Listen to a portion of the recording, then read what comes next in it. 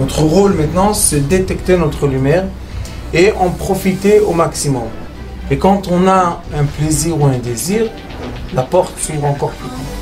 Comprenez, c'est quoi la lumière? Lumière, amour. C'est pas important qui tu es, où tu es, comment tu es.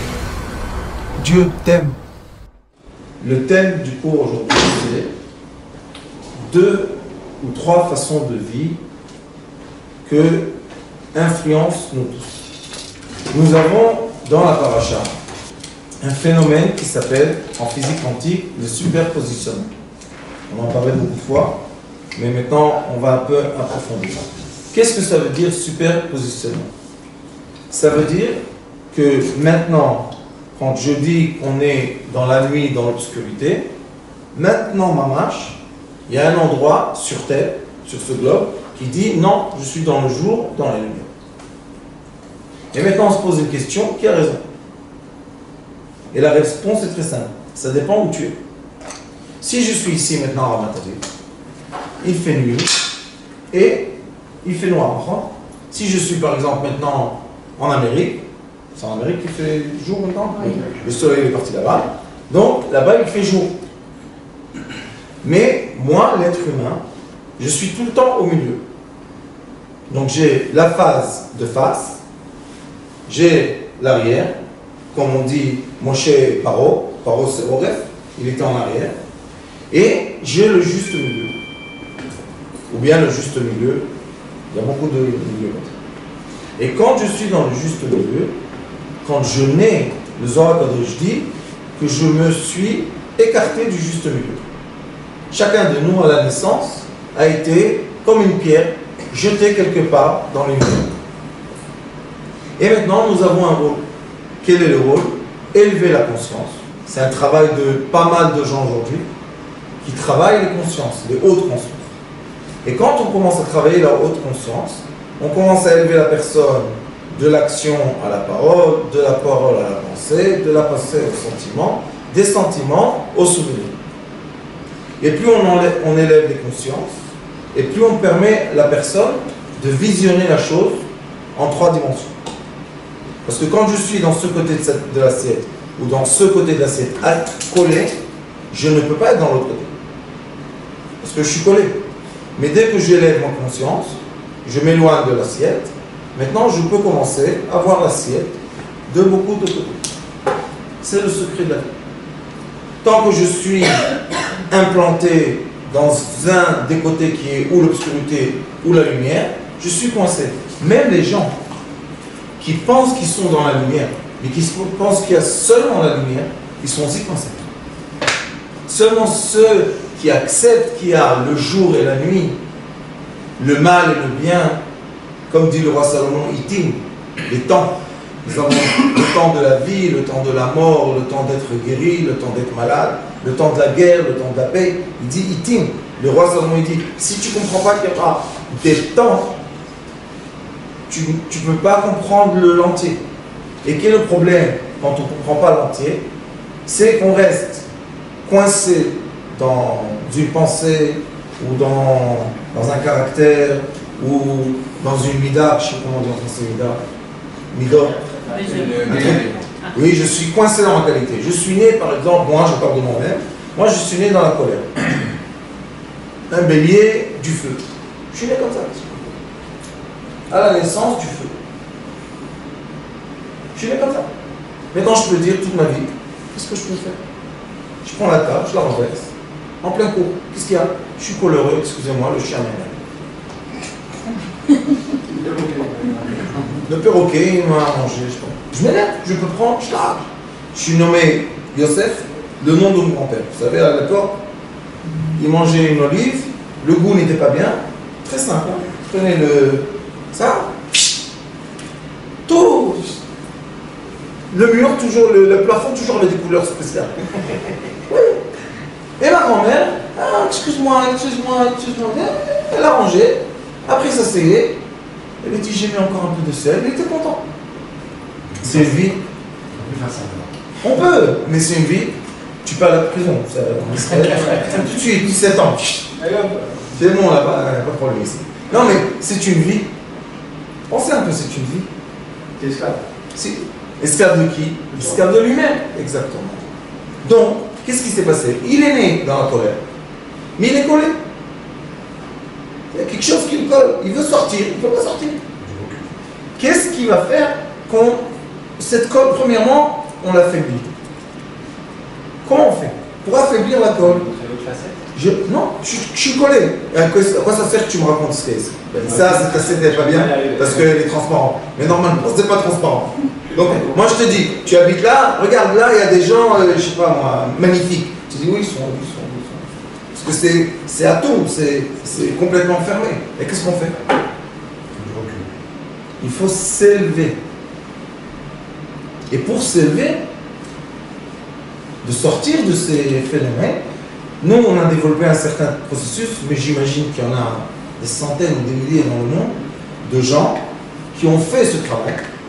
Ils ont réussi à s'élever, élever leur conscience. Et le mérite ou le sahar, le paiement de ça, c'est la qualité de vie. Nous, ce qu'on cherche, pauvre ou riche, grand ou petit, fort ou faible, on veut une qualité de vie. C'est tout ce qu'on veut. À la fin, je dis toujours, tu vas à l'université, il y a des escaliers, et il y a là-bas quelqu'un qui est en train de nettoyer les escaliers, et il y a un professeur qui passe. Si le seau d'eau a été renversé par un étudiant, et il a mouillé le professeur et celui qui nettoie les escaliers, les deux se sont vexés. Je te dis, mais tu es un professeur, tu dois tout seul comprendre que la personne a renversé sans faire exprès le seau d'eau. Pourquoi tu t'énerves? Et celui qui nettoie, il doit comprendre. Quand tu nettoies et tu as un seau d'eau, tu l'as mis pas comme il faut, il va se renverser. Non, il se vexe les deux. Et si on donne un compliment, quelqu'un passe et dit, ah, c'est magnifique ici, comme c'est propre, comme c'est beau. Celui qui nettoie et le professeur disent, bien sûr, c'est nous. Donc on voit que la qualité de l'être humain ne dépend pas s'il est intelligent ou bête, s'il est riche ou pauvre, s'il est fort ou faible, s'il est grand ou petit. C'est pas du tout ça. La qualité de vie, c'est une prise de conscience. Et les sages nous disent que la qualité de vie est dans nos mains. C'est écrit 40 jours avant qu'il a été conçu. Déjà, c'est décidé. Il sera riche ou pauvre, sage ou bête, grand ou petit, fort ou faible. L'or, sauf toi, la qualité de l'être. Pourquoi? Parce que ça, c'est le libre arbitre. C'est quoi le libre arbitre? Non, voilà. Moi j'ai reçu une certaine éducation qui m'a emmené à une certaine pensée. Et lui, il a reçu une autre éducation. À la fin, tu vas voir que les choses arrivent exactement au même endroit. Mais ça peut quand même être rapport aussi, une mauvaise éducation avec quelqu'un qui dit ici. Ah, je ne vais pas te raconter comment j'étais éduqué. C'est comme les chiens, avec les coups. C'est comme ça, avant c'était... Tu manges pas, des gifles. Bon, le manger, il sort de la bouche à force de gifles. C'est comme ça. Tu es obligé de manger, mais je ne veux pas manger. Non. Et il y en a qui ont grandi de ma génération, sont devenus des fous. Il y en a qui ont grandi, ils sont devenus des parents. Il y en a qui sont devenus des professeurs. Il y en a qui sont restés des ouvriers. Chacun est parti dans quoi? Dans la prise de conscience qui est égale à notre qualité de vie. Et je ne sais pas si vous savez, mais les dessins de sages, dans tout le monde et dans toutes les religions, ce sont des gens qui n'ont rien. Des sages qui vont, tu sais, les vieux qu'on voit dans les dessins d'avant de la Chine, ou de l'Inde, ou de l'Europe, ce sont des gens qui marchent dans des chemins, ils ont rien. Un bâton, et c'est tout. Ils ont l'air heureux. Pourquoi? Parce qu'ils ont une telle qualité de vie qu'ils ont tout. Ils ont la qualité de vie. Ils peuvent prendre une herbe, manger, et dire voilà, j'ai nourri mon cerveau. Ça suffit. Il y a un autre qui dit oh, il n'y a pas maintenant des bières, il n'y a pas la bourra, il n'y a pas une belle table, oh, je m'énerve. Non, ça peut être quelque chose que tu t'énerves. On peut emmener maintenant tout ça. On peut pas emmener tout ça. Grave, même dans le monde intérieur. Tu es dans une voiture, d'accord? Tu roules ta voiture. Et tout d'un coup, il y a une Porsche qui passe, 220 à l'heure. Je te dis, quand même. Hein. Tu retournes à la maison, tu te dis, pourquoi je n'achète pas une Porsche? Tu vends la tienne, tu achètes une Porsche. Magnifique. 220. Hein, Tel Aviv.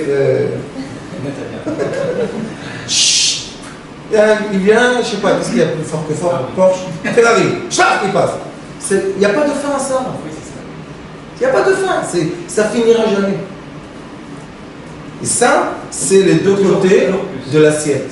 Il y a un côté de l'assiette qui va dire, on va essayer d'arriver à la fin de la matière. Personne n'y arrivera jamais. Parce que je ne sais pas si vous savez, mais la technologie n'arrêtera pas d'avancer. Ceux qui pensent que la technologie un jour va dire stop, on est arrivé au but. C'est n'importe quoi. La technologie va continuer, va continuer, va continuer. La sagesse et les consciences vont continuer à développer des éléments de l'être humain. Et à la fin, aujourd'hui malheureusement encore, on est dans une guerre entre les deux systèmes. Qu'un système dit la technologie est au-delà de la conscience, et un système dit non, l'être humain est au-delà de la technologie. Mais un jour, et c'est ce qui est écrit dans les livres, ils vont se rejoindre. Et nous, on attend ce jour-là. C'est quoi ce jour? C'est le jour dans lequel on arrête d'être des ennemis. Et ça s'appelle dans le Zohar Kadosh, Adam Deor, l'homme de peau, qu'on appelle Adam Blial, l'homme méchant, que lui, le Hari Akadosh l'appelle l'homme technologie. Ça veut dire que c'est une force de la technologie qui n'arrête pas d'avancer. Et il y a Adam de Or, d'Aleph. Il y a l'homme de lumière. Et l'homme de lumière, lui, toute sa vie, il avance vers les consciences élevées. C'est deux personnalités qui sont une. Sauf qu'au début des temps, ils se sont divisés. Et maintenant, on avance dans le temps, Des fois, ils se croisent et ils deviennent un. Et là, il y a la paix dans le monde est bien. Vous savez, nous, ce qu'on connaît du monde, c'est rien du tout. Le monde existe énormément de temps. Donc, ils se croisent. Et à un moment, hop, ça continue, les forces, et ils vont s'éloigner. Et après, ils vont se recroiser. Ils vont s'éloigner, se recroiser. Il y a un livre magnifique qui, je pense qu'on a trouvé en français. Ra'avad sur Sefer Yetzira. Vous connaissez? Ra'avad, Sefer Yetzira. Très intéressant. Et lui, là-bas, dans la préface, il explique le déroulement des mondes d'après les sphérotes. Il dit que maintenant, on est dans la sphère de Gvura. Comment on sait? Il dit Bereshit bara Elohim. Le début était la rigueur. Donc, il y aura tout le temps des guerres. Il y a deux frères qui n'arrêtent pas de se battre. Et nous, ce qu'on veut, c'est arrêter de se battre et faire la paix. Et comme il est écrit dans la Torah, l'homme atza akadosh baruch hu kli marzik bracha l'Israël et la shalom. Dieu, son récipient de bracha, c'est la paix. Maintenant on se dit, quelle paix? Quelle paix? La paix avec le voisin, la paix avec le chien, la paix avec qui? La paix seulement avec ça. Le noyau doit être la paix dans le couple.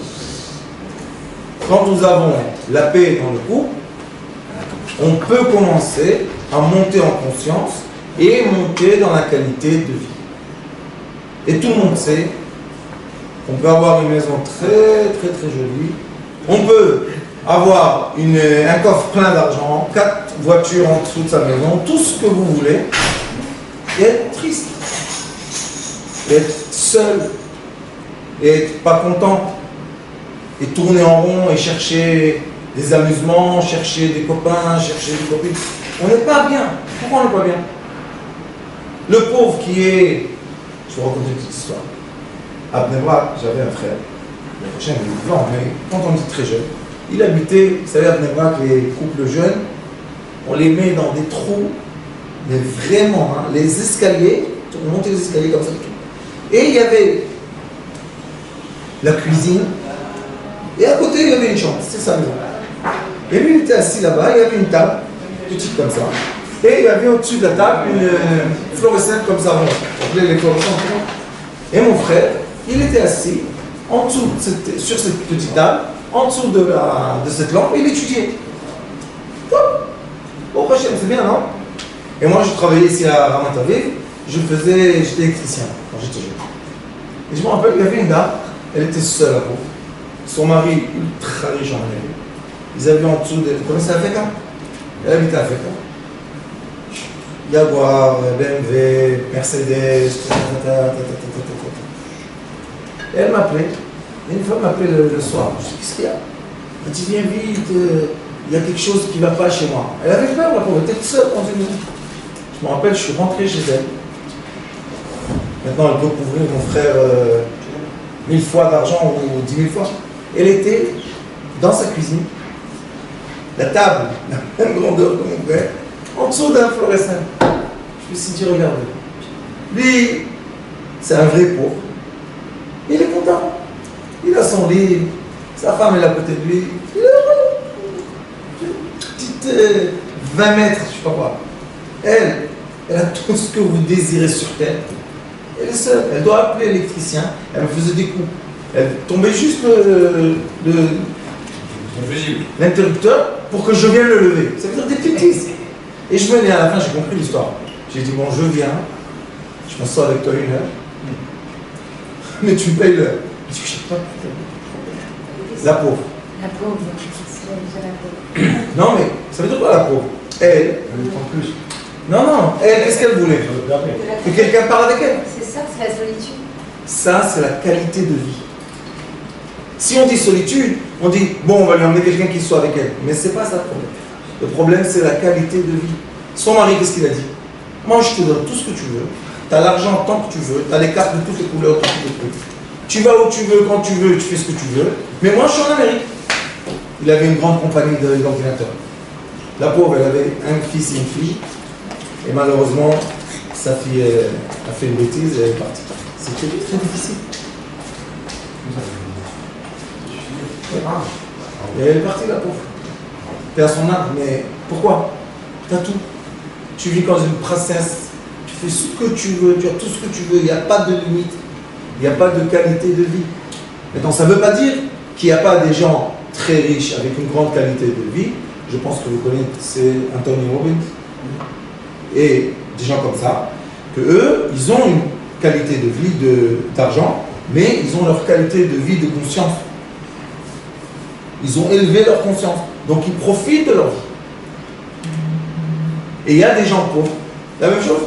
C'est vrai qu'ils n'ont rien du tout. En Inde, vous savez, il y a des gens, ils n'ont rien du tout. Ils sont heureux. Ils sont heureux toute la journée. Des années, moi, je travaillais en Chine des années. Vous allez là-bas dans le village, tout le monde sourit. C'est pas vous sourire. Ils sont assis, il y avait une montagne à côté du village où j'habitais, il y avait une montagne. Et dans la montagne, la moyenne de vie, 150. Moyenne de vie. C'était même pas quelque chose d'extraordinaire. Pourquoi? Ils étaient avec leur cigarette, assis. Quand il fallait travailler à la terre, ils travaillaient à la terre. Après, ils revenaient, ils étaient assis, ils étaient bien, leur petite cigarette. Mais quand tu te dis, il est très content. Tu lui poses la question, tu es heureux? Tu dis, je suis très heureux. Qu'est-ce que tu as? Quelques pierres comme ça, vous connaissez la Chine? Ils prennent des pierres des rochers des montagnes. Ils font comme ça des pierres, ils construisent des petites maisons, tout est troué. Ils sont dedans, ils sont contents. Ils ont besoin de rien.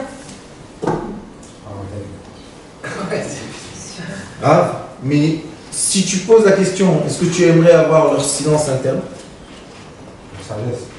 Qu'est-ce qu'ils disent les gens? J'aurais tout donné pour ça. Mais il y a aussi des riches qui ont le silence interne.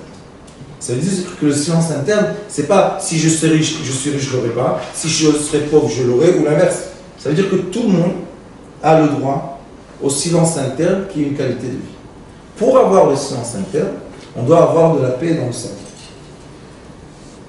Et la paix dans le cerveau, on peut l'avoir seulement quand on est uni.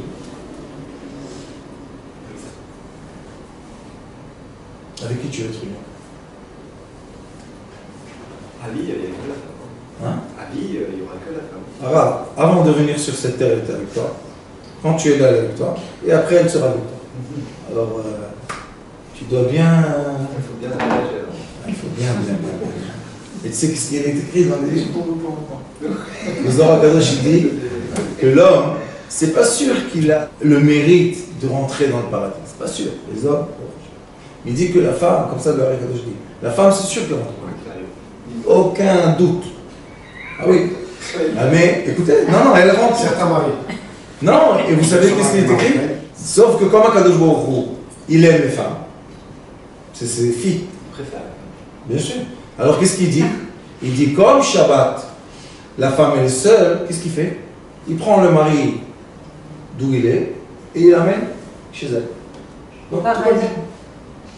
Ah, au moins le Shabbat, on sera au paradis alors. Tout le temps. Pourquoi Shabbat? D'accord. Qu'elle n'est pas honte, la pauvre, qu'elle est seule.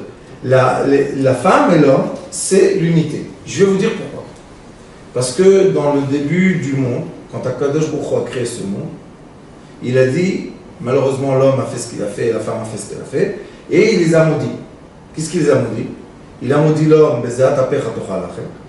ça veut dire que toute l'inquiétude d'un homme, c'est toujours, je ne parle pas des hommes qui sont élevés leur conscience, des hommes normaux, leur inquiétude c'est toujours emmener tout ce qu'il faut pour la maison. Et l'inquiétude des femmes c'est quoi? L'inquiétude d'une femme c'est d'avoir le fruit d'elle. C'est l'inquiétude. Malgré que je fais une parenthèse, le Zohar HaKadosh dit que dans ce temps-là, quand on est à la fin, il y a des grappes de raisins qui ont tout fait. Donc il y a pas, c'est pas la peine d'emmener encore. Donc ils ont tout fini, c'est fini pour prochain. Ils doivent être contents, au contraire. Il y a des gens, le Zohar HaKadosh dit que chaque fois que tu emmènes un enfant, tu as encore quelque chose à réparer. Donc il vient l'enfant et il prend une partie de toi et il répare. Mais ceux qui ont fini la grappe, il n'y a plus à réparer, il n'y a plus d'enfants. C'est pour ça que dans cette génération, vous voyez, ça devient de moins en moins d'une certaine civilisation. Et d'autres civilisations ont beaucoup d'enfants. Ça se change, tout simplement le monde va changer. L'Europe a dit, je ne sais pas si vous savez, qu'ils vont intégrer en Europe 200 millions d'Africains. Pourquoi? Parce qu'il n'y a plus d'enfants. En Europe, il n'y a plus de... C'est un... Par contre, j'ai lu autre chose, monsieur le Rav. J'ai lu une fois que l'homme, il reçoit la parnassa s'il s'occupe bien de sa femme. Pourquoi que la parnassa et pas les routiers, pas les enfants, pas la santé? Je vais vous dire pourquoi. C'est une femme qui a fait ça.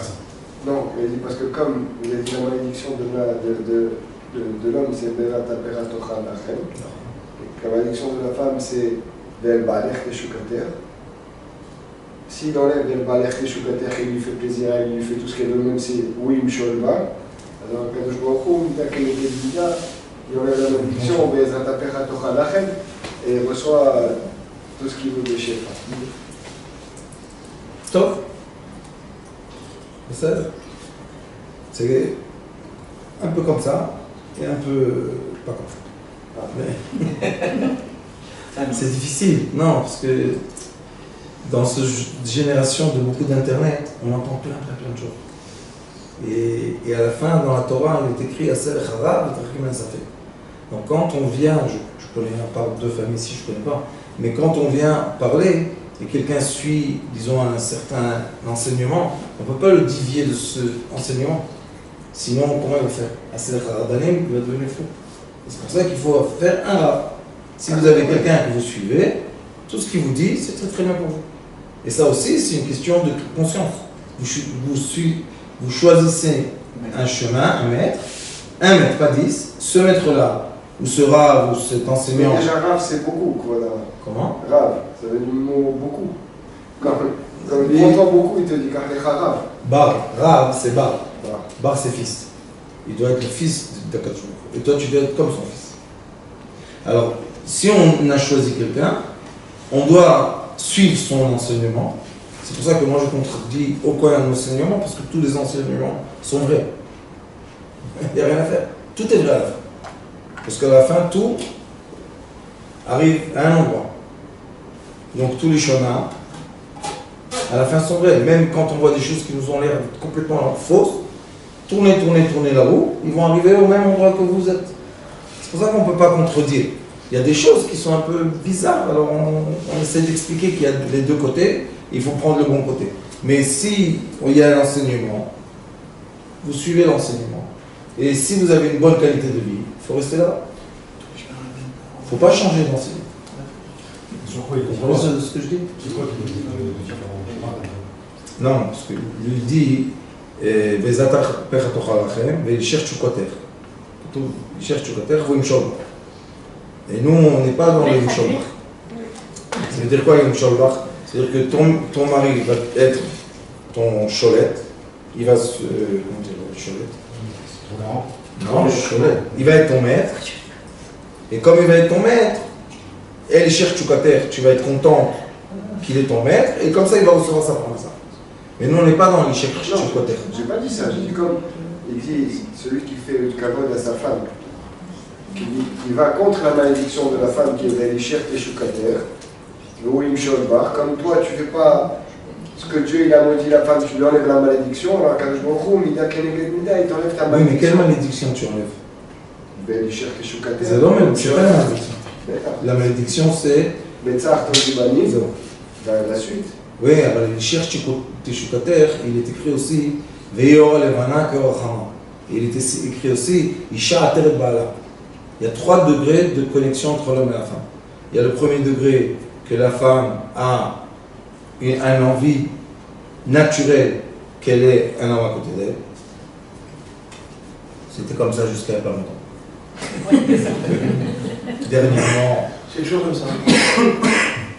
Dernièrement, il y a des drapeaux.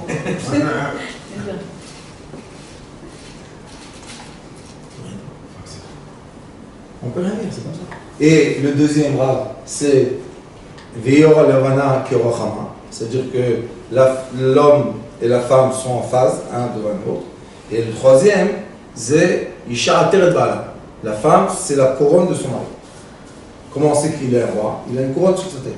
Donc il y a 3 degrés de connexion. Comment? Non, ils sont tous bons.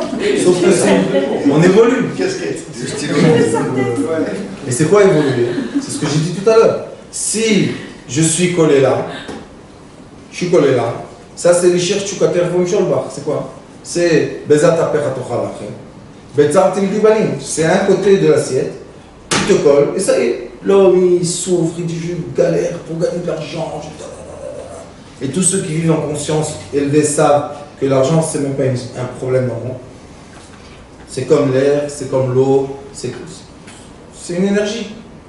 Tu es à côté de l'énergie, elle est à côté de toi. Tu vas dans une forêt, tu vas trouver de quoi manger. Tu vas aller dans un des réserves, tu vas trouver de quoi manger.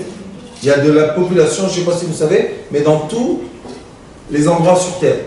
Donc, l'abondance existe partout. Chez nous, on appelle ça de l'argent. Chez eux, ils appellent ça la chèvre, l'autre, ils appellent la poule, l'autre, ils appellent le sable, et l'autre, ils appellent ça je ne sais pas quoi. Mais le chef, hein, il existe partout. Mais dans tous les endroits, il y en a qui sont dans la conscience de souffrance, il y en a qui sont dans la conscience très élevée, et il y en a qui sont dans la couronne.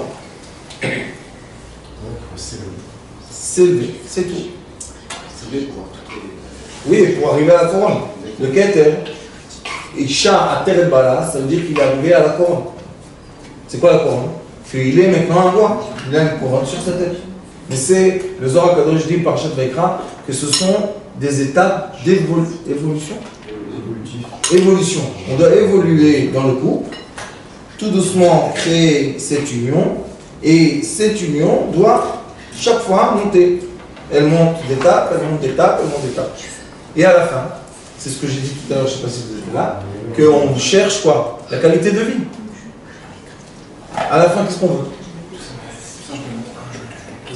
On veut une bonne qualité de vie. Vous êtes d'accord? Qualité de vie. Qu'est-ce que c'est qualité de vie? Bon, être heureux. Maintenant, il y en a qui sont heureux. Be'isher Chukater Vom Sholbach. Ils sont vraiment heureux. La femme, elle aime que l'homme lui dit lève-toi, va là-bas, reviens ici, fais comme ça. Il y a des maisons comme ça, vous connaissez les tchic-tchic. Même avec le regard. On connaît bien. Vous connaissez? Moi je crois qu'aujourd'hui c'est avec ça. On connaît même très bien. Il est fait comme ça. On connaît trop bien. On voit avec les enfants aussi. C'est bien. Et toi, ça fait bien avec le téléphone. Mais c'est grave avec le téléphone déjà. Non. Il y en a qui sont contents comme ça. C'est le. Voilà, c'est pour ça que je vous ai dit la qualité de vie. Chaque personne elle a une qualité de vie qui pour elle est différente. On est entièrement d'accord. Entièrement Et d'accord. on a choisi en fait. On la travaille. Non, on hérite On l'hérite. de l'éducation que les parents ils donnent. Non, on n'est pas obligé. C'est pour ça que le devoir de chaque juif, c'est d'éduquer ses enfants. C'est que ça. L'éducation, c'est que ça. On n'est pas Et obligé. c'est pour ça que le chinour, c'est la chose la plus importante dans la religion juive. Entièrement d'accord. Parce Je vais des barda, bam. Bam, À 3 ans, il faut commencer à élever la conscience. à élever la conscience. Bien Parce sûr. que sinon, la conscience qu'on va s'élever nous-mêmes, de l'éducation qu'on a, c'est ce qui va faire qu'on apprécie ou pas la qualité de vie qu'on a ou qu'on aura. Et qu'on va D'accord. rechercher quelque Mais- chose en fonction des manques qu'on a eus ou de ce qu'on a reçu et ce qu'on recherche. D'accord. Mais dans la Torah, il est écrit Sam Chaim et Sam Amarit. Malheureusement, Tabachaim. d'accord. Malheureusement, on peut étudier le même enseignement dans une même classe, mon fils et son fils, C'est pas prendre les mêmes directions. et à la fin, un, il va être dans le Sam Amarit, le pauvre, et un, il va être dans le Sam Chaim. Un va prendre la direction qui va l'élever, et un va prendre la direction qui va le baisser. Que chaque personne a des besoins différents. Déjà, de Exactement. manière naturelle. Nahon. Et c'est pour ça que nous on dit Kol echad mu echad. La Torah elle est là pour faire de nous des personnes qui ont la même finalité, la même essence. La Torah elle est là hein, pour que vous, avec ce qui vous êtes, trouvez la meilleure qualité de vie que vous pouvez trouver. Et moi, celui que je suis, avec mes caractères, je dois trouver la meilleure qualité que moi je peux atteindre. D'accord? D'accord ou pas? Vous êtes La d'accord? meilleure qualité qu'il faut atteindre. Pas la meilleure que je dois atteindre, mais qu'il faut atteindre. Que je peux avoir. Que je peux, si on veut. Voilà, c'est sûr que le maximum qu'on peut, c'est ce qu'on veut. Ils disent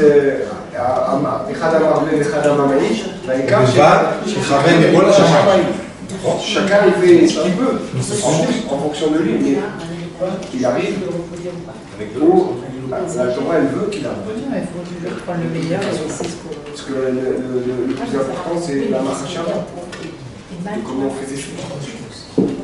Aussi. Après, des choses que tu as Mais ça dépend où tu es né. Au Maroc. Si quelqu'un est né, c'est très bien. Si quelqu'un est né dans l'action, il va réparer toute sa vie le nefesh. S'il est né dans la parole, il va réparer toute sa vie le roi. S'il est né dans la pensée, il va réparer toute sa vie son âme. S'il est né dans le sentiment, il va réparer chaya. S'il est né dans le souvenir, il va réparer Yichida. On est tellement différents les uns des autres. Déjà de la conception de l'enfant ça commence. Même avant. Même avant. D'accord. Voyez, D'accord. Et comme maintenant, Baruch Hashem, l'enfant est né, et comme il a oublié tout ce qu'il a étudié, maintenant, il fait la recherche. Pourquoi on n'est pas ici 200 personnes? On est seulement 20, ou 10, ou 15, le rajout. Parce que pas tout le monde cherche la conscience, élever sa conscience. Mais c'est élevé. Alors, avec l'aide de Dieu, nous avons 3 façons de connexion avec la femme. Dans les 3 façons de connexion avec la femme, nous avons la paix. Et chaque fois qu'on est dans un degré de connexion et on a fait la paix, on a une porte qui s'ouvre et on rentre dans une nouvelle sphère. Mais il faut savoir que quand je suis rentré dans la nouvelle sphère, je suis complètement étranger. Et dit le Noam Elimelech HaKadosh, ça s'appelle Sha'ar et Racha. C'est-à-dire que j'étais un grand tzaddik jusque quand je suis rentré dans ce portail, mais dès qu'on m'a ouvert le portail, vis-à-vis à eux, je suis un grand Racha. Parce que je suis rien, je pars à zéro, et les gens, ça les angoisse. Alors qu'est-ce qu'ils font? Ils reculent tout de suite en arrière. Parce que c'est mieux. J'étais bien, laisse-moi tranquille, mais quel confort? Il y a un problème. Une partie de moi était dans le confort, mais une partie n'est pas contente. Regardez, ça explique exactement les trucs. Quand je suis en harmonie avec moi, ça veut dire que tous les membres de mon corps, toutes les énergies de mon corps vont dans un sens. C'est comme une montre. Tout le monde tourne, ça va. À un moment dans la vie, Tu dis, je veux aller dans mon confort. Mais mon âme intérieure dit, je veux continuer. Donc il y en a un qui s'arrête dans le confort et un autre qui continue. Et là, on a un phénomène qui s'appelle les nœuds. Ce phénomène de nœuds, c'est toutes les maladies mentales et physiques de l'être humain. C'est quoi le nœud en vrai? C'est que ma conscience et mon mode de vie ne sont plus adaptés. Je ne veux plus vivre comme ça. Il y avait un monsieur à la bourse ici à Ramat Gan. Il était très riche. Je sais pas, il avait 3 étages peut-être, très riche. Un jour, il a disparu. On le cherche, il pensait qu'il a été tué, enlevé, tout ce que vous voulez. Vous savez où il était? Après 2 ans, il est revenu un jour. À la bourse. Habillé en orange. Il est parti aux Indes. Hari. Avec les cheveux longs. Il marchait tout doucement. Les gens me disent, mais où tu étais? Il leur a dit, encore 2 semaines, je serais resté ici jusqu'à moi. Je ne pouvais plus supporter le stress. Il était très riche, mais il y a le stress, les diamants, le malade. Il a dit, j'étais obligé de me sauver. Maintenant, tout le monde lui a dit, t'as pas honte, comment t'as laissé la femme? Il a dit, si je serais resté, je serais mort. Maintenant, je suis revenu, je suis vivant. C'est pas mieux? Il y a aussi une danseuse israélienne très connue, elle était à Tel Aviv. On lui a dit, tu as le cancer.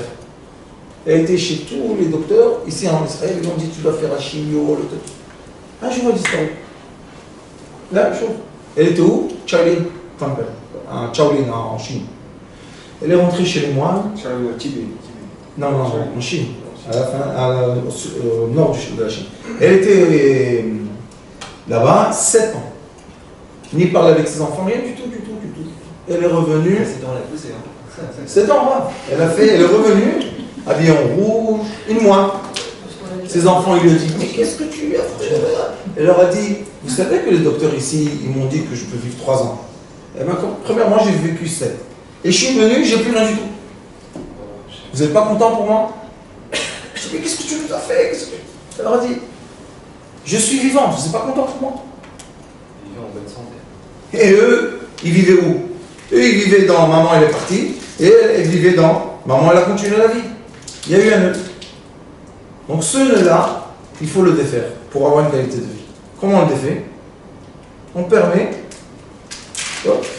les 2 parties de se remettre en harmonie. C'est la même chose avec un homme et une femme. Ils se rencontrent, ils s'aiment, oh je t'adore, ma chérie, mon truc, ça tourne. Un jour, la belle-mère, elle dit, hey, dis-moi, t'as pas vu comment elle conduit?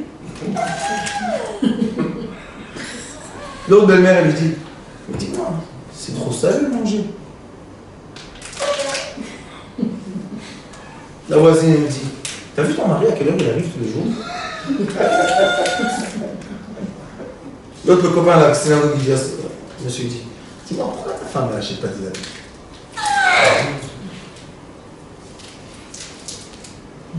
Prends un plus grand verre. Moi, je fais un plus grand verre. Là, sinon, tu as plus d'espace. Vous comprenez? Donc, nous, on ne veut pas ça. Pourquoi? Parce qu'à la fin, l'énergie qui passe en spirale n'arrive pas à atteindre tout notre corps. Et comme les gens veulent bien vivre, et si vous allez dans les hôpitaux, vous voyez que les gens qui ne vivent pas bien, c'est pas du tout beau l'image. Alors, on veut au moins, nous, qu'on arrive, comme disent les docteurs, fonctionner au maximum qu'on peut à l'extérieur des hôpitaux. On veut avoir une bonne qualité de vie. Et la bonne qualité de vie, vous allez chercher dans toutes les sagesses du monde, c'est la conscience. Monsieur est d'accord avec moi? Seulement la conscience. Et la conscience, ne vous énervez pas avec moi, mais la conscience n'a aucun rapport avec la religion. Il faut séparer les choses. Il y a les traditions que chacun fait d'après où il est né, comment il a été éduqué, et il y a la conscience. La preuve, c'est que pas tout le monde qui sont dans une yeshiva devient le rosh yeshiva. Pas tout le monde qui sont dans le kollel devient un dayan. Pourquoi? Quelle est la différence? Pas tous ceux qui sont à l'université deviennent des grands ingénieurs, même qu'ils ont fini à étudier. Quelle est la différence? Un est conscient un n'est pas conscient. Et dans l'étude de la Torah, ils disent, qui peut arriver à être un rabbin? Celui que quand il étudie, il arrive à voir la chose. C'est pas seulement des mots. Pour lui, quand il étudie, il voit l'image qui est écrite dans le Talmud, par exemple, ou dans le Mishnah. Il voit l'image, il dit, ah, ça c'était comme ça. Ils étaient là, ceux-là étaient là, ils ont parlé comme ça. Il y avait un pont, au-dessous du pont, ils ont vu ça. Il arrive à imaginer. Mais arriver d'imaginer, il faut être libre de conscience. Il faut être libre de peur, libre de pauvreté interne, libre de maladies qui sont des maladies et pas non des invalidités. Parce que moi je dis toujours dans la thérapie lumière, même si tu n'as pas une jambe, tu peux être sain. Même si tu as un foie à moitié, tu peux être sain. Même si tes poumons ne marchent pas tellement, tu peux être sain. Toute la question c'est, est-ce que j'arrive à me mettre dans l'équilibre de ce qui je suis maintenant? Ou bien je me bats avec qui je suis. Je ne veux pas les poumons comme ça. Je veux faire une greffe. On fait une fois une greffe, encore une fois le phénomène se répète. Non. Deuxième fois, le phénomène se répète. Ça veut dire que le problème n'est pas dans les poumons, il est dans ta conscience. Et c'est comme ça qu'on arrive à emmener beaucoup de gens au prochain à ce qu'on appelle nous la guérison lumière, qui veut dire qu'ils ont réussi à se mettre là, dans le milieu. Dans ce juste milieu-là, on peut vivre ce côté-là et ce côté-là et rester aligné. Et ça s'appelle le Keter. C'est la conscience la plus élevée qu'un être humain peut atteindre. Mais il faut savoir que quand je suis arrivé là, dans cette sphère, Il faut rester. qui reste, ça bouge. Hop, il y en a une autre qui s'impose. Ouais. Et maintenant, je suis arrivé le plus haut là, je suis le plus bas ici. Et le travail recommence à zéro. Sauf qu'il y a la différence chaque fois que je fais le travail. Des bagages que j'ai pris de la sphère précédente. Si j'ai pris avec moi de la conscience, je monte, c'est beaucoup plus facile. C'est beaucoup plus facile. Mais si j'ai rien pris avec moi, c'est très difficile. Alors c'est pour ça que le vrai bagage d'une personne, à mon petite compréhension de la vie, c'est d'élever la conscience d'une personne, qu'elle puisse, à chaque niveau qu'elle est, à chaque endroit qu'elle soit, dans tout le monde où elle visite, elle voyage, elle vit, qu'elle puisse avoir la paix interne et l'amour dans son cœur.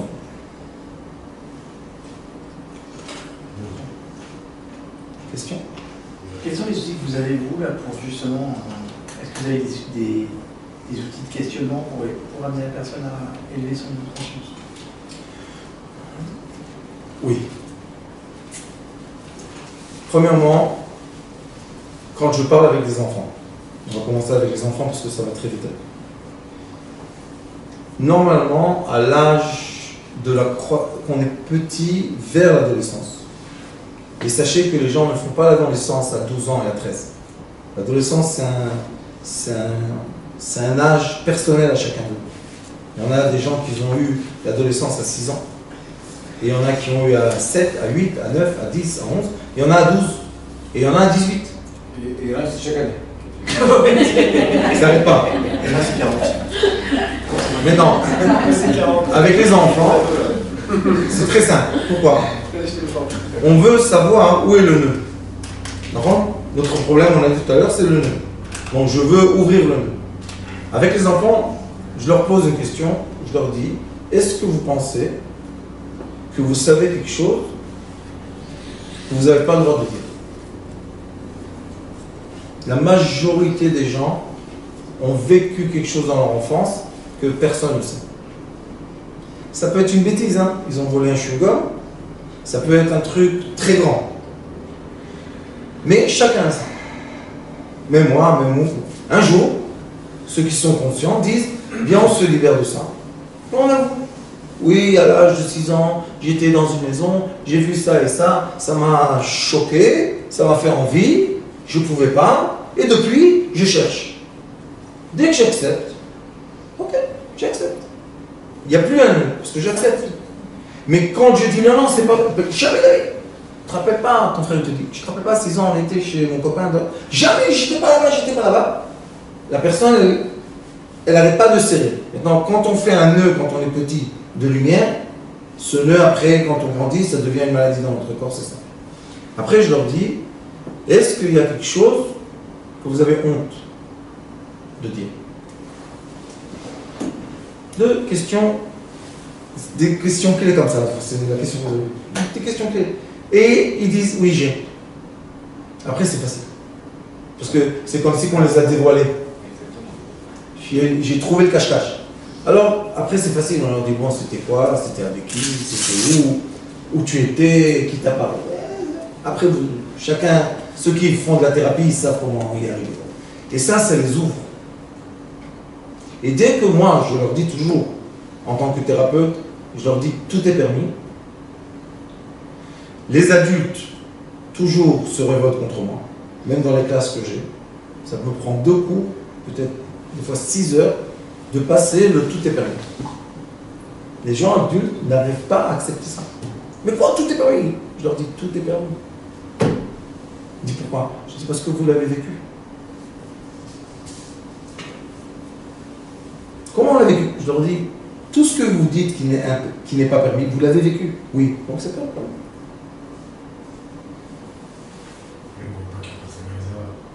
Grave. Si tu l'as vécu, c'est permis. Ça aussi, à travers. Il n'est pas convaincu. Qu'est-ce que vous dites? Je dis, il n'est pas convaincu. Mais ces erreurs-là, elles sont construites. Oui. Il n'y a pas d'erreur là. C'est grâce à l'interprétation de ces erreurs que tu as développé. Il n'y a pas d'erreur. C'est l'ouverture d'esprit. Tu l'as vécu, c'est permis. Alors il y a des gens qui disent, oh le Rav Schneider, lui il est libéral, il permet tout. Qu'est-ce que ça veut dire moi je permets tout? Une personne vient me voir, me dit, tu sais, j'ai fait ça et ça et ça. Il l'a fait déjà, qu'est-ce qu'on va lui dire maintenant? Comment t'as fait ça? T'es fou, tu vas mourir, on va te mettre dans l'enfer. On le sert, vous pouvez prendre la montre, en 12 mois il devient malade.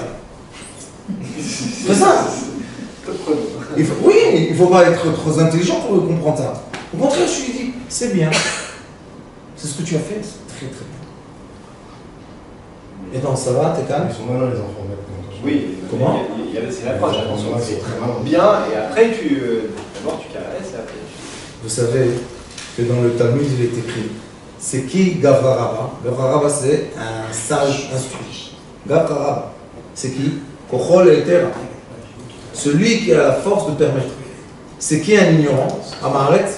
Kochol Isura. Celui qui interdit tout. Interdit. Quoi interdit? La personne est en train de faire quelque chose. Quoi interdit?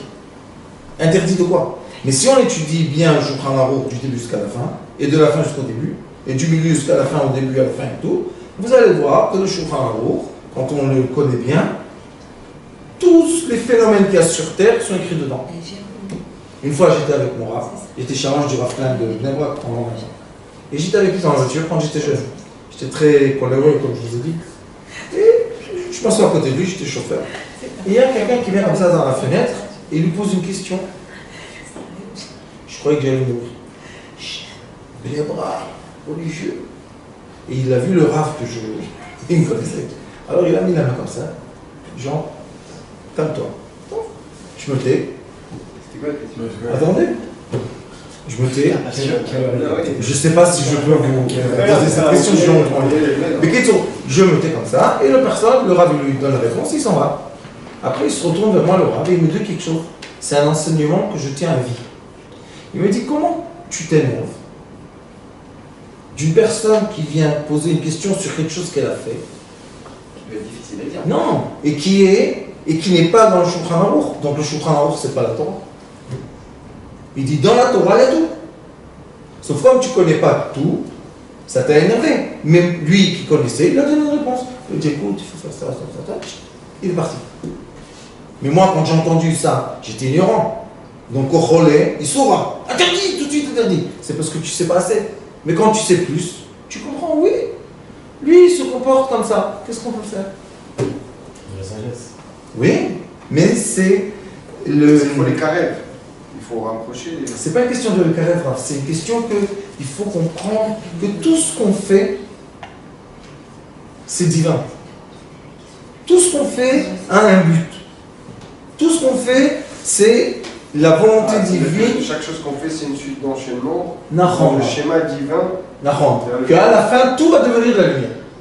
Donc, où est la lumière? Partout. La lumière, elle est en chacun de nous. Elle est dans tout. Elle est dans l'obscurité, elle est dans la lumière, elle est partout. Il y a des gens qui touchent des rochers de je sais pas quoi, de diamants dans l'eau. Ils plongent. Il y en a qui trouvent ça dans un autre endroit. Il y en a, je sais pas quoi. Tout est partout. Donc on ne peut pas dire à quelqu'un, ne va pas là-bas. Mais lui, il est attiré. Il est attiré d'aller là-bas. J'avais un élève à moi, que vous savez qu'il y a beaucoup en Israël de phénomènes de religieux qui sont devenus pas religieux. Histoire. Il y a beaucoup. Et je m'occupe beaucoup de comme ça, moi. Et cet élève-là, un jour, une dame française, elle m'a donné $2000. Mais j'ai senti l'argent. J'ai dit, ah, ça, c'est pas pour moi. Je l'ai appelé, je lui ai dit, ton billet pour l'Inde est payé. Elle a dame. Non, elle a donné, mais je ne pouvais pas. Je lui ai dit, ton billet pour l'Inde est payé. Mais à qui? À qui? À la dame? Au monsieur, à mon élève. Ah, ok. Il m'a dit, Raph, quoi? Vous imaginez, hein, de Bnei Brak, il n'a pas de quoi manger, on lui dit, tu vas aller en Inde maintenant. Mais pourquoi là? $1000, c'est en première. Pourquoi là? Parce que ceux qui deviennent laïcs, ils étaient religieux, ils ont des grands problèmes dans la tête. Et quand tu vois l'Inde, ton esprit s'ouvre. Il est parti au nord de l'Inde. Donc, j'ai dit, va en Inde. Et avant qu'il parte, j'étudie avec lui quelque chose.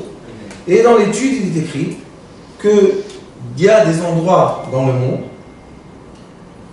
que jamais il y avait quelqu'un qui était là-bas qui a fait le mitzvah. Ah, j'ai lu ça. Et les endroits attendent cette personne. Il me regarde comme ça, il me dit, ah, casse la tête, moi, des mitzvahs contents et tout. Vous savez, les rebelles, là. Ouais. Je dis, On met de tout. peut-être, tu vas arriver dans un endroit, peut-être, et tu vas avoir une sensation très forte de faire une mitzvah. Fais-la. Il est parti. Bon, on parlait tous les vendredis, comment ça va, ouais, Baruch Hashem, je suis content. Et de fil en aiguille, il devait arrêter au nord de l'Inde, je sais pas, il y a une saison de vacances, et après ça se ferme, je sais pas comment. Et il est descendu vers le sud. Mais comme il était arabe, le pauvre, tu peux pas prendre le train des êtres humains, il était dans le train avec le chef. Non. Si, il a... Et il a pris le train, et comme, je sais pas, il y a un endroit que si tu dis vrai le mot, ça arrive quelque part, mais si tu changes juste l'accent, tu arrives dans un autre. Il a changé l'accent, il est arrivé dans l'autre. Il est arrivé dans un truc, il m'a dit, le train s'est arrêté, tu sors du train, les chefs sortent toutes, il y a un désert. Il y a la gare et le désert. Il s'est dit, mais qu'est-ce que je fais là? Qu'est-ce que je fais là? Il est descendu des escaliers, il ne savait pas où aller, le pauvre, il est descendu des escaliers, il s'est rappelé que je lui ai dit, peut-être tu vas arriver dans un endroit. C'est pas moi qui ai dit, c'est écrit. Et jamais il y avait quelqu'un qui a fait une mitzvah. Fais-la. Il a eu un désir de mettre les tefilines. Il a dit, j'ai mis les tefilines, il m'a dit, j'ai prié 4 heures. C'est pas moi qui ai prié. Il m'a dit, j'étais tellement... comme ça, blablabla. Mais non, c'est pas lui. C'est qui? C'est les forces qui est là-bas, qui attendait. Après, il est remonté sur le quai. Il voit un monsieur grand comme ça. Il dit, dis-moi, jeune homme, qu'est-ce que tu fais ici? Il a vu qu'il était... Alors il était anglais. Ah non. Il a dit, où tu veux aller? Il a compris que son anglais n'était pas assez bon. Il est parti à la gare, il a acheté le billet. Il l'a mis dans un train. Il a tout fait. Il l'a envoyé où il faut. Il s'est retourné pour le chercher dans la gare. Il était pris. Ça, hein, mais dans cet endroit-là, en Inde, que dans mon rêve, je ne sais pas si un jour je vais atterrir là-bas. Lui, il a atterri là-bas. Donc, ce monsieur-là, on va lui dire, mais t'es un fou, t'étais en Inde, t'es un illuminé, tu te blablabla. Mais à la fin, il est arrivé dans un endroit, et il a mis les tefilines, il a fait 4 heures de prière. Personne de nous l'a fait là-bas. Peut-être un il l'a fait en Thaïlande, un il l'a fait à Ramat Aviv et l'autre il l'a fait je sais pas où. Mais vous comprenez que chacun de nous a une étincelle et on se voit dans nos étincelles. C'est pour ça que chacun de nous a son cheminement. Et nous, on doit, ceux qui ont eu la chance de devenir des professeurs, on dit. Professeurs, c'est pour prendre chacun des êtres humains comme il est et tout doucement doucement le guider. Pourquoi? Parce que le dit, si je ne me trompe pas, c'est le Siyat Yesharim qui dit, oui, il dit que le sage, il est arrivé au milieu du jardin, vous savez, chez les rois, il y a le jardin, labyrinthe. Il dit, quand tu es au milieu, tu vois le chemin très bien. Quand tu es dehors, tu ne vois pas. Alors il dit, le sage, il est arrivé au milieu. Maintenant, il te guide. Il te dit, va tout droit. Tu dis, il y a un mur. C'est toi qui vois le mur, mais c'est un labyrinthe. Tu vas tout droit, tu vas à gauche, tu vas à droite, tu vas à droite, et tu arrives. C'est comme ça, et de génération en génération, on se donne la main, et on emmène les gens au milieu. Bon, Hachem, ils sont contents. Qu'est-ce qu'ils font après? Pupil became masters. Les vrais élèves deviennent des vrais maîtres. D'accord? Des vrais élèves. Quand on a des bons élèves, monsieur, sûrement, vous devez être plus heureux quand vous voyez un élève à vous qui devient un maître. C'est une joie qu'on ne peut pas expliquer. Moi, j'ai quelques élèves qui ont écrit des livres, ils ont reçu des prix sur leurs livres et tout. Ils me disent, Rav, c'était pas jaloux. Je leur dis, vous êtes fou. Je suis le plus heureux du monde. Ça veut dire que vous avez bien étudié. Au contraire, écrivez des livres, soyez les plus grands, devenez immenses. Qu'est-ce que ça veut me faire du mal à moi? Bien sûr. Et ça, qu'est-ce qu'il dit le Talmud?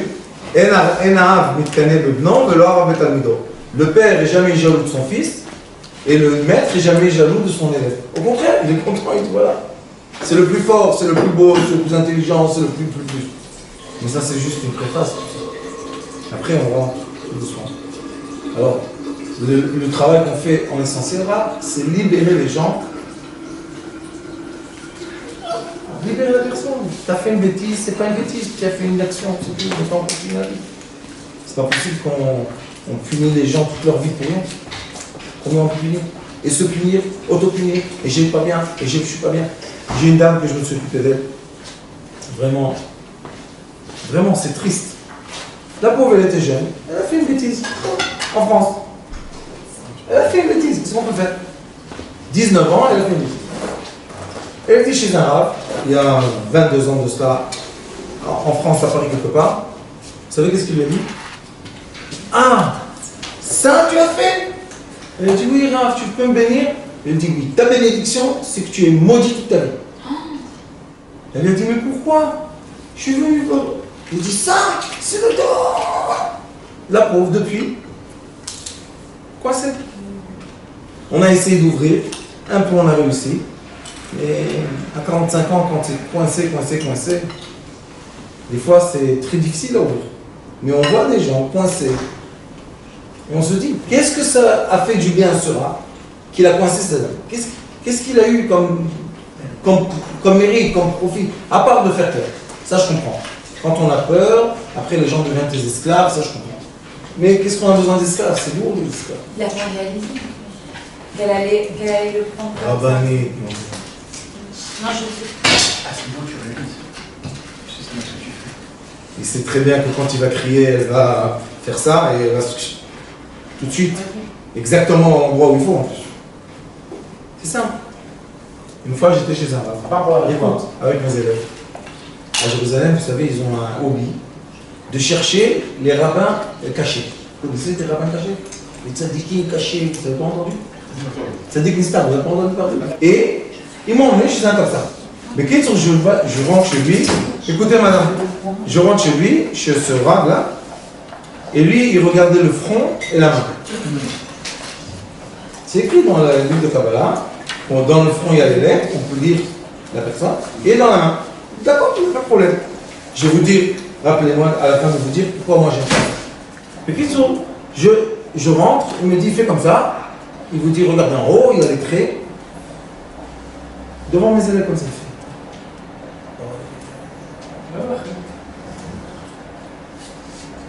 Comme moi je veux me réparer. Donc je suis nu. Je suis complètement nu. Tu peux me dire, dis-moi, qu'est-ce qu'il fait? Oh, comme ça. Dis-moi. Je veux réparer. Je regarde comme ça. Bon, prochain, j'ai la chance que mon maître m'accompagne toujours. Et tout d'un coup, il me dit, c'est qui rien? Je dis, toi tu fais mon rave il vient. C'est mon rave s'appelle Monica. Il me dit, non, mais qui? Je lui dis, arrange-toi avec lui. tu veux. Donne-moi ta main. Il prend ma main, comme ça. Ouh là. Oh. Tu as une main unique. Tu es le seul sur terre qui a une main propre comme ça. Donc moi, ça m'ennuie. J'ai sorti 100 $. Je lui ai dit, tiens. Elle dit, c'est top, t'as fait. Encore 100 $. T'es content maintenant? Donc c'est quoi? Qu'est-ce que je dois réparer? Lolo, t'as baissé, t'as dit, qu'est-ce que ça m'a donné ça? Et même s'il aurait continué à dire, oh, t'es un rachat gamon. Mais c'est, j'accepte, je suis rachat gamon. Mais dis-moi de quoi? J'accepte. Je suis un méchant. De quoi? Qu'est-ce que je fais de méchant? C'est trop facile. Hein. C'est trop facile. Et je me rappelle à moi que ce que je vous ai dit de me rappeler, sachez que quand on dit à une personne, le trait de ta main dit que tu es tel, on l'a limité. Donc on l'a scotché. Et comment c'est possible de scotcher une personne avec la Torah? Si c'est la vraie Torah, tu ne scotches pas la personne. Tu la laisses monter. Bien sûr. Au contraire, tu la montes, au plus haut niveau qu'elle peut arriver. Mais si tu l'as dit, t'as vu ce trait-là? Oh là. Impossible, tu es comme ça. C'est fini. Le pauvre, qu'est-ce qu'on va faire avec lui? Tu vas enfermer dans sa vie, il est comme ça, il sera comme ça. Et maintenant, comment il va se réparer? Il va pas se réparer. Et c'est pour ça qu'il faut, dire à Benachon Breslev, il faut tu dois regarder le bien dans lui. Prends le bien, agrandis. On a tous du bien et du mal. On a tous la face et l'arrière. Mais on a aussi le milieu. Il dit le Rav Veit Bonanta, Vodnat, Venecha. On va miser en vérité. Teim. Le Shirim Be'arba. Aïd. Donc il dit que si tu sais voir dans le bien qu'il y a dans le mal, et bientôt tu verras, il n'y aura plus de mal. C'est pour ça qu'on ne peut pas dire ah, lui, t'as vu ses mains? Et on regarde de loin, on dit ah, il a les mains comme ça, il a les ongles comme ça. Celui-là, c'est un X. Après, dans le discours comme ça, tu jettes le X. X. Il est mort, le pauvre. Pourquoi tu fais ça? Peut-être c'est un Y. Peut-être il y a deux Y dedans. Pourquoi on limite les gens? Pourquoi on les bloque? Parce qu'on veut contrôler. Malheureusement. C'est tout ça, c'est des volontés de contrôle. Mais les vrais maîtres, au contraire, ils veulent la liberté totale des gens. Qu'est-ce qu'on a besoin d'esclaves? Qui a besoin d'esclaves? Question? La question, c'est comment on arrive à trouver un isoun dans le couple de façon à ce qu'il y ait un shalom baït tout le temps, quoi. Écoutez. Mis à part le fait que bien sûr on doit travailler les Je vais vous donner deux bons conseils clés. La première réponse est une femme ne pourra jamais comprendre un homme puisque, écoutez bien ce que je vous dis, notre cerveau représente notre corps physique.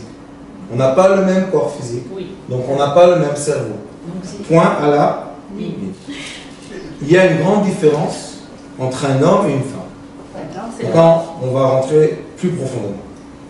L'homme, le liquide masculin est blanc. On dit que c'est d'âme en noir. C'est tout ce qu'il a dans son cerveau va dans le liquide masculin.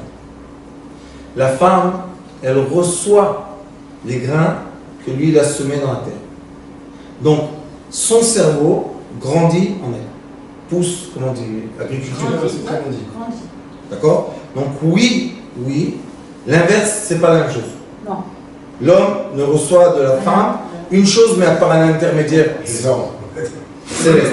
Mais normalement, c'est pas comme ça. Donc oui, la femme, c'est pas qu'elle comprend logiquement, on va faire un jeu de échec et mat, la femme va comprendre l'homme, non, mais elle le ressent, il pousse dans elle. Donc des fois, elle lui dit des vérités qui sont très dures à entendre parce qu'on cache et on a des nœuds. Mais si on ne cache plus, on n'a plus de nœuds, on entend les vérités, pas de problème. Qu'est-ce que tu veux? Ah, je suis comme ça, tout va bien. Mais c'est pour ça qu'elle est là. Parce que c'est un miroir. Mais des fois, ils Là, écoutent tout pour va bien, mais je écouter. ne changerai pas. Des fois, ils écoutent pour écouter, ça ne montre pas. Oui, mais c'est pas une question de... pour calculer. Non, Rabbanik, c'est une question de miroir. T'as écouté, t'as entendu. parfois il peut t'écouter, mais il t'a pas entendu. Voilà. Et Oui, donc ça l'homme, sert il a à rien, besoin quoi. d'écouter souvent pour entendre un jour. Moi, je préfère qu'il écoute même pas s'il comprend pas. Oui, mais. Vous vous rappelez du nœud?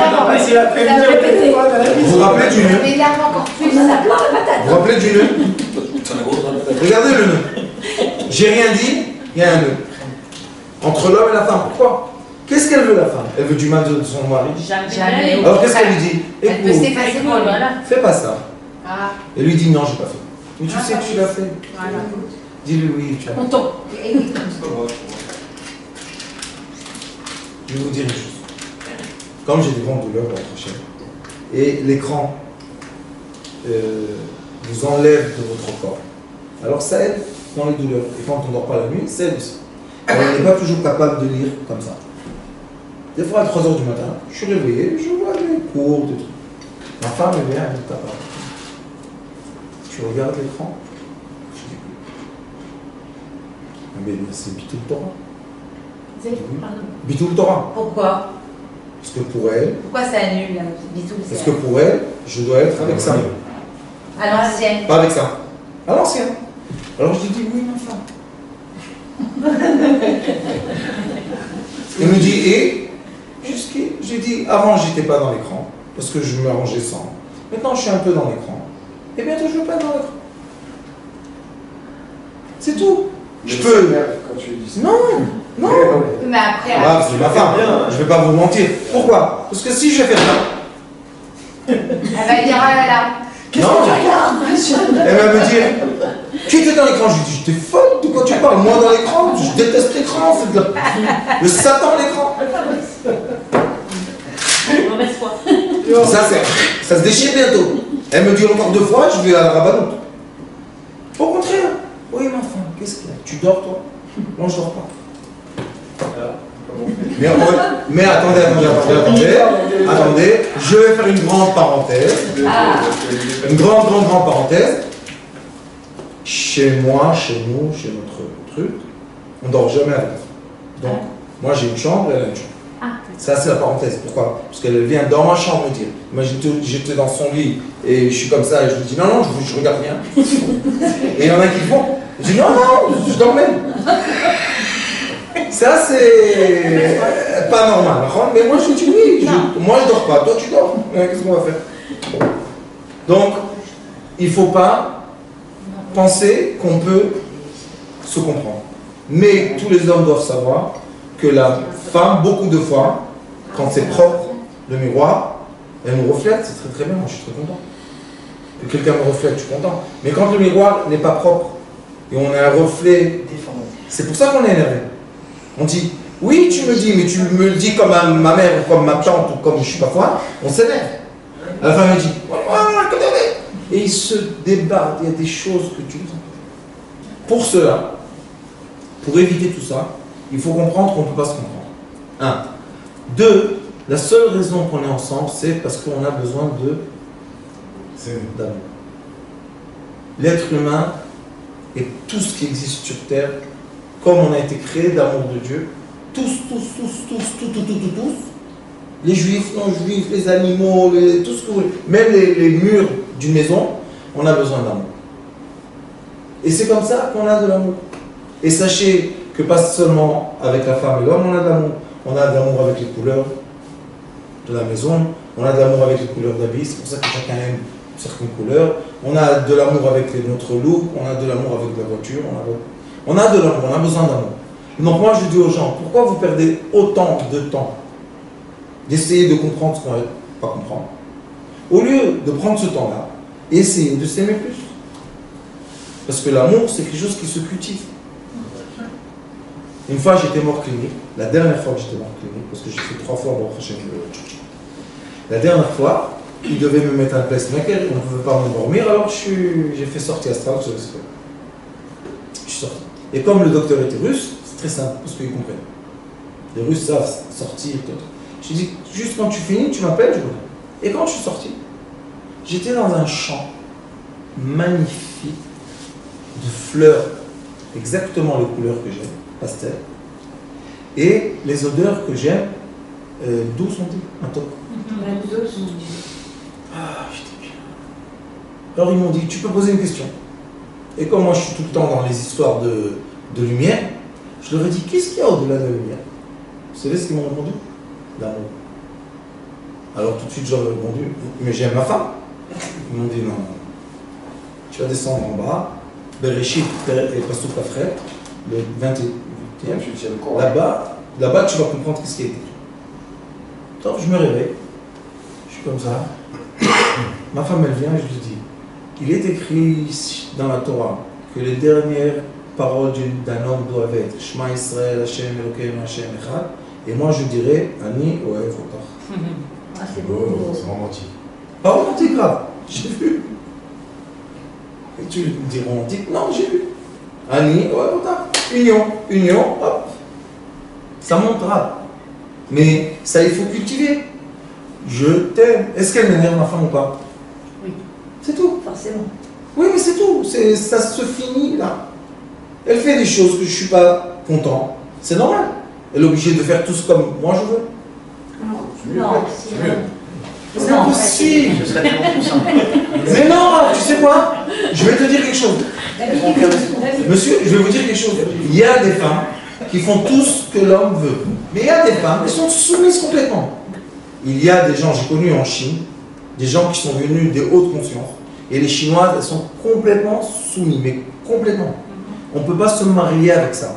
On peut avoir ça en tant que quelqu'un qui s'occupe. Mais se marier, avoir un échange, il n'y a aucun miroir. Bah non. Donc l'homme n'avance nulle part. Bah non. Alors qu'est-ce qu'il fait? Il se dit, qu'est-ce qu'il cherche?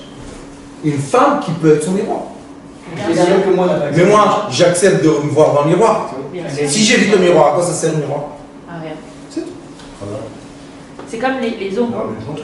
C'est comme les homos. Les hommes qui partent avec des hommes et les femmes avec des femmes. Ils ne veulent pas. Il n'y a plus rien. Il n'y a rien. Il n'y a pas d'évolution, il n'y a pas de Vous savez que tout ça, c'est écrit, c'est écrit dans les livres. Mais qu'est-ce qu'il est écrit? Lo lato bera. Dieu n'a pas créé le monde pour qu'il se stagne. Dieu a créé le monde pour qu'il avance. Bien sûr. On ne peut pas avancer quand on est la même chose. Non, c'est impossible. On peut avancer seulement quand il y a un décalage. Sauf que le décalage, c'est comme une roue qui tourne. Vous savez, dans les roues qui tournent, il y a une dent, un creux, une dent, un creux, une dent. Non, on fait la lisse. La lisse, ça fait rien du tout. Bien sûr. C'est une illusion. Donc je dis qu'il n'y a pas de secret. Il y a un travail à faire. Nous, on dit que tous les jours, on doit aimer un peu plus. Tous les jours. Comme j'ai grandi dans un guénome de famille, bon, mais un guénome d'un vrai. Si je vous raconte des petites histoires, on va tous aller à l'hôpital. Un vrai, on était dans le guénome, le vrai. Mon père, le pauvre, était un génie. Schmach, perd son âme, mais c'était un génie qui est devenu fou. Donc imaginez-vous un génie avec 4 enfants et une femme. Imaginez. Et qu'est-ce qu'ils disent les psychologues? Si tu as grandi dans une maison telle, tu vas faire exactement la même chose. C'est comme ça qu'ils disaient à mon père. Mais la vérité, c'est que ni moi, ni mon frère, ni mes sœurs, on a fait la même maison. Au contraire. Bien sûr, bien sûr. On est tous, on se dit, on ne va pas de cri à la maison. Bien sûr. Tu fais l'inverse aussi des fois. Bien sûr. Pourquoi? Parce que tu ne veux pas de cri. Alors moi, quand j'ai connu ma femme, je me suis dit, si je vais lui faire peur, si je vais crier sur elle, je suis un caractère, et je vais faire tout ça, à la fin, je vais avoir, non, une serpillère, qu'est-ce que je vais faire avec? Mes enfants, ils ne vont pas la respecter, moi je ne vais pas la respecter. Et je pensais, j'étais jeune, je disais, et qu'est-ce que je vais avoir? Une femme que quoi? Que je ne la respecte pas, pourquoi ça sert? Et j'ai pensé beaucoup. Et les enfants, ils te respecteront non plus à toi. Tout va en cacao.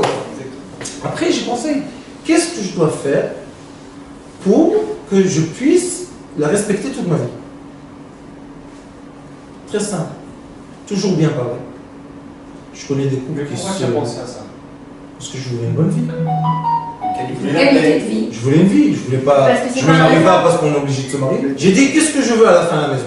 Je veux une femme que malheureusement, je pars pas bien avec elle. Ça me dégoûte. Que quoi? Elle s'énerve avec moi, je peux pas supporter. Elle va me crier dessus. Qu'est-ce que je vais faire avec elle? Je me dis, qu'est-ce qu'on va faire? Toujours, je lui parle bien. La rabbinite. Toujours, je lui dis, rabbinite. Et quand je suis très très énervé parce que je suis énervé malheureusement, j'ai pas encore bien travaillé. Je l'appelle par son prénom. Vous comprenez? Mais je lui dis tout le temps, Rabbanit, tous les jours quand je la vois, je suis étonné. Je me dis, c'est pas possible. J'ai le mérite d'avoir une femme comme ça. Maintenant, tu te fais un film. Comprends? Moi, je fais un scénario, mais je vis un film magnifique. L'autre aussi, il fait un scénario. Celui qui dit à sa mère, t'es grosse, t'es belle, t'es chouette, t'es. Il fait le même scénario. D'accord? Mais comment il vit le film? Alors moi, je dis, je vais faire le scénario.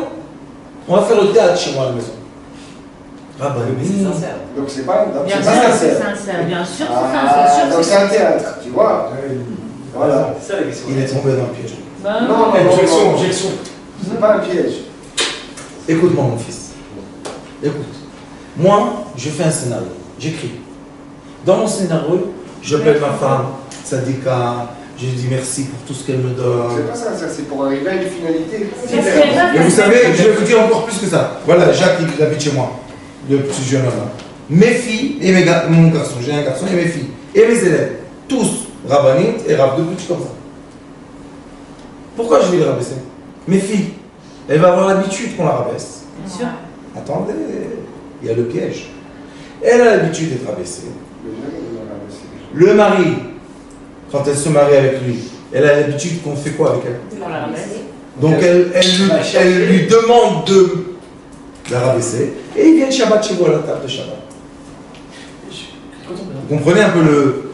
Je crois que Harry confond sincérité et intention. Ton intention, c'est de fabriquer de la paix. Ok? Quand tu es dans ton intention, c'est dans ta sincérité. Il est sincère quand il le fait, tu vois ce que je veux dire? Tout ce qu'il fait est profondément sincère puisque son intention est juste. Même si c'est un film. C'est un film, hein. Toi tu viens un film, moi je viens un film. D'ailleurs dans les thérapies cognitives, ils appellent ça des scénarios. Bien sûr. C'est pas pour rien. Mais c'est pas n'importe quoi, c'est de la vérité. Bien sûr. Maintenant, qu'est-ce que je fais? Mes filles, Jeu de rôle. je leur parle bien, je leur parle bien, je leur parle bien, je leur parle bien. Elles se marient. Le mari parle bien. Bien sûr. Un jour, un des gendres, il a mal parlé à sa fille. Sa fille, je l'ai appelée. Je lui ai dit, écoute bien ce que je te dis. Elle est petite, elle a 3 ans. Tu vas lui faire peur pour jouer le père. Je lui ai dit, un jour, le gendre, dans ta table de Shabbat, il va lui parler comme ça. Qu'est-ce que tu fais? Il me dit, je sais pas, ou je casse la table, ou je casse la table, ou je casse la figure. Je lui ai dit, ben voilà, prends un coup de poing, mets-toi bien dans la figure. Mais pourquoi? Tu viens de le faire. C'est toi qui mets une balle dans le pied. Tu viens de le faire. Tu vois pas que tu viens de le faire? Hop, il s'est réveillé. Il a levé sa conscience. Il a compris. Tu éduques ton enfant, garçon ou fille, d'être maltraité. Ils vont grandir. Que ce qu'ils méritent, c'est d'être maltraités. Ils vont se marier ou avoir même un ami, je ne sais pas comment ça se passe aujourd'hui. Et ils vont un jour être assis à table. Ils vont accepter d'être maltraités. Toi, le père qui l'a fait, tu vas devenir fou. Alors pourquoi tu l'as fait? Parce que tu ne comprends pas, je parle à Harry, que tu écris le scénario du film que tu vis. Il faut comprendre ça. On écrit nous-mêmes le scénario du film. Vous comprenez, monsieur? Est-ce que je peux t'embêter? Oui, toujours.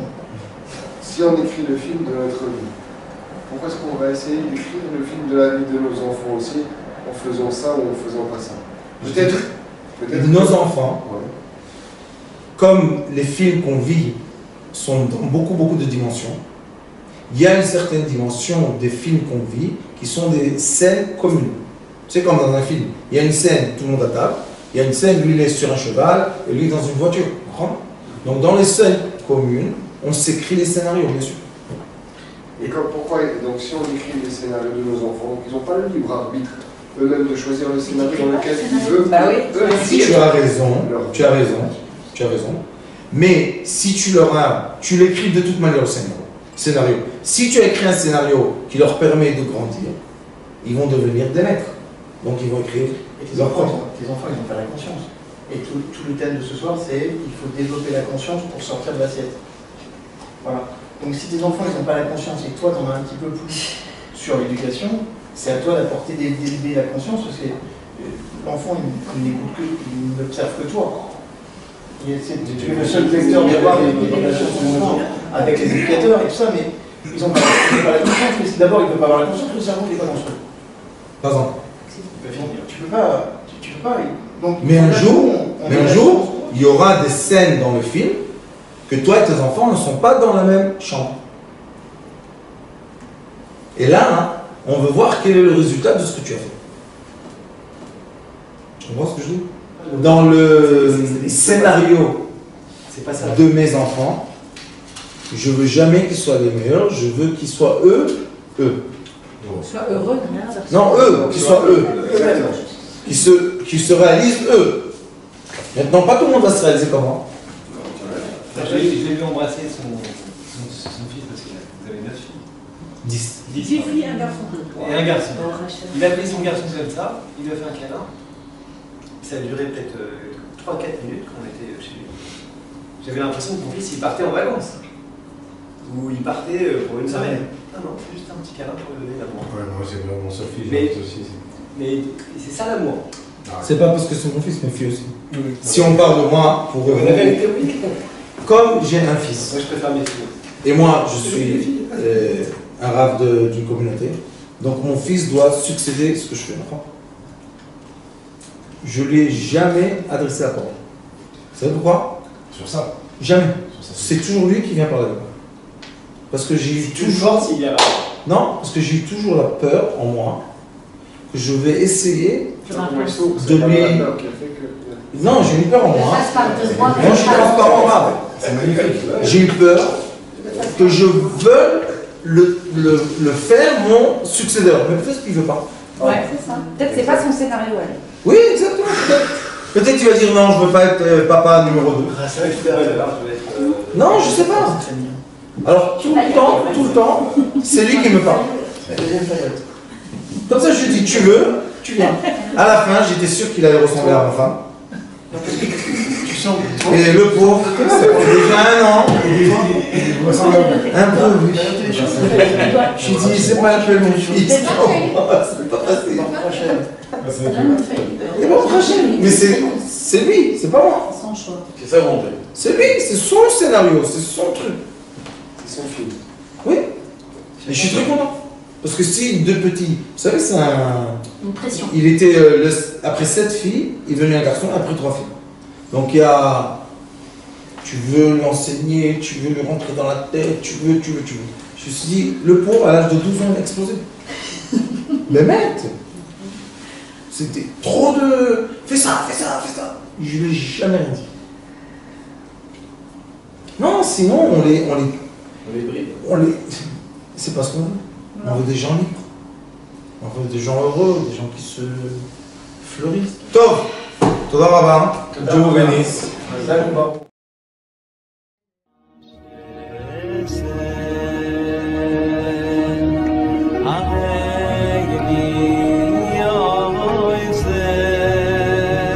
הוא היה אומר לי, בבית שלי יש מלאכים, לא רוצה לצאת.